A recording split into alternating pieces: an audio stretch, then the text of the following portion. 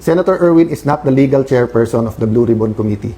Okay, Senator Pia Cayetano is the chairperson because there was no quorum, there was no session under issuing a memo to the Secretariat and to the Office of the Sergeant at Arms to keep the Senate open tomorrow. We will have the Blue Ribbon Committee.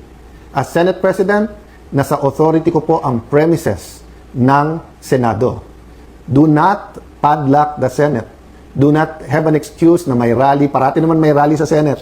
Do not tempt the Filipino people to come out in thousands, hundred thousands, and millions. I will go to the Senate before 10 o'clock. I will do what I can para buksan yung session hall at nandun po ang hearing natin. For Senate President, for quorum, and for Senate President Pro Temp, you need 13. No? But what happens to the impeachment? So sa impeachment ho ba ngayon, mag-aaresto ng 2, 4 pa. Para pag sinabi nilang 22, pwede ng 12. So pag 20 na lang o 18, pag 18 natira, 12 na lang pwede mag-convict. At pagkatapos, paano pagka constitutional change na ang gagawin? At ayaw rin pumayag ng ibang senador?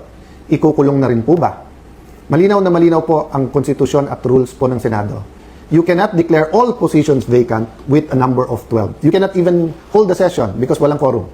Assuming may quorum, you need 12 to remove a Senate President, and then you need 13 to remove a Senate President. Okay? Lilinawin ko po ha. You need 12 for any position below the Senate President Pro Tem. So, kahit anong chairmanship, majority actually pwede na. Kaya kahit 11 all, pag nawala yung isa, 10, 11, masusunod na yung 11. But for Senate President, for quorum, and for Senate President Pro Temp, you need 13. No? So, ilalaban po natin to, hindi dahil nilalaban nyo ang Senate Presidency ni Alan Cayetano, hindi. Kung hindi dahil po, mahalaga sa atin ang 1987 Constitution. Dahil po, hindi ito isang pirasong papel lang. I'm issuing a memo to the Secretariat and to the Office of the Sergeant at Arms to keep the Senate open tomorrow. We will have the Blue Ribbon Committee. As Senate President, nasa authority ko po ang premises ng Senado. Do not padlock the Senate. Do not have an excuse na may rally. Parati naman may rally sa Senate. Do not tempt the Filipino people to come out in thousands, hundred thousands, and millions. We are not provoking a political crisis here. You are provoking a crisis. Sabi nila, trabaho yung issue. Pinalitan lang nila yung mga chairman, tapos in-adjourn din. Hindi rin naman pinatawag yung CA para sa mga general. Hindi rin naman tinuloy yung bill sa sabi lang ospital at saka yung sa mga estudyante, hindi ba? So kitang-kita po kung ano ang kanilang intensyon. Sabi po nila, I'll address myself to pasensya na po kayo, to the Pink and Dilaw group. No? Di ba sabi nyo, paano naman yan si Senator Marcoleta at si Senator Jinggoy? Bakit sila ang mga vice chairman? Lahat ng issue nandun sa nilagay nyo chairman ngayon, di ba? Issue sa campaign donations, nandun po yung issue ng malay-maleta, nandun issue sa flood control. And then ipopostpone yung hearing bukas. Even when chairmans were changed before, you don't need to postpone the hearings. So, ako lalong na-intriga, ano bang pwedeng sabihin ng mga Marines? Ano bang pwedeng sabihin ng Ombudsman, DOJ at saka DPWH na pati konstitusyon natin ibabasura para lang dito? So yes, I'm appealing for calm. I'm appealing for prayers. But I'm also appealing that we put action to our faith. I will do what I can. I will go to the Senate before 10 o'clock. I will do what I can para buksan yung session hall at nandun po ang hearing natin. My authority now comes from the Constitution, but my strength will come from your prayers and will come from the fact na ang ating bansa ay dapat ipaglaban. I still remember the day that my dad called us together at lumuluha siya at sinabi niyang mag-abroad na kayo because magkakagulo and we don't know what will happen. We may be arrested, we may be killed. That was either February 21 or February 22. I think it was 21 before that day. And we all hugged him and sabi namin, if you love your country, we love our hindi ka namin iiwanan.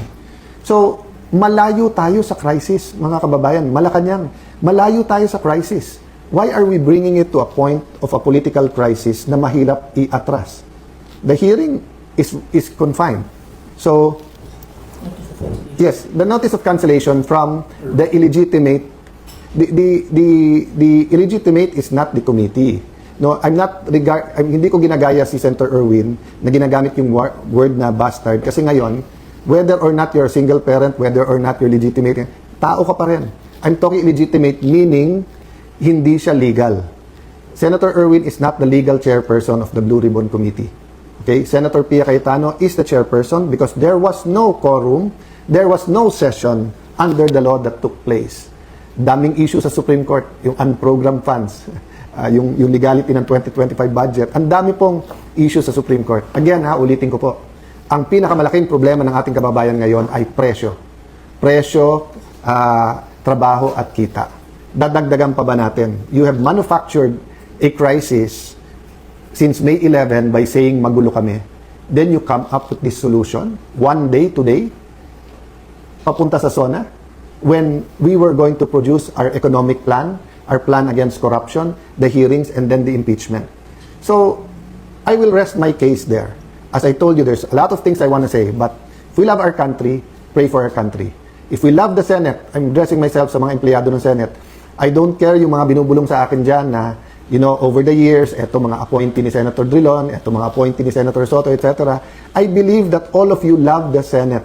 So it's time to speak up, to tell your bosses, whether sila nasa majority or minority, we won't stand for this because there's no difference of padlocking the Senate during martial law sa ginagawa ngayon na pinupunit, binubura, binabasura, sinusunog ang ating Philippine Constitution. Again po Alan Cayetano is not the issue here. My Senate presidency is not an issue there. I told you from the start, I'm the walking dead. Walking dead as Senate President. Ano ibig sabihin? Anytime yung hatol na tanggalin sa akin. But ang problema po, ine-escalate nila. So I really hope po that this is not about impeachment, this is not about changing the Constitution. Nakakapagtaka po, yung pagka-execute, biglang sasabihin na ng House of Representatives na kinikilala si Senator Win, sinasabi na ng Malacanang. Diba? I mean, guys, res ipsa loquitur. Diba? I won't elaborate. Kayo naman I won't use the words to describe what's coming now. Why? Because you are as intelligent as I am. You are as patriotic as I am. The question lang is, what are we going to do about it? Pray for us. Pray for Senator Marcoleta. Pray dun sa natira sa majority because paglalaban natin ang ating bansa. God bless you all. Good night po sa inyo.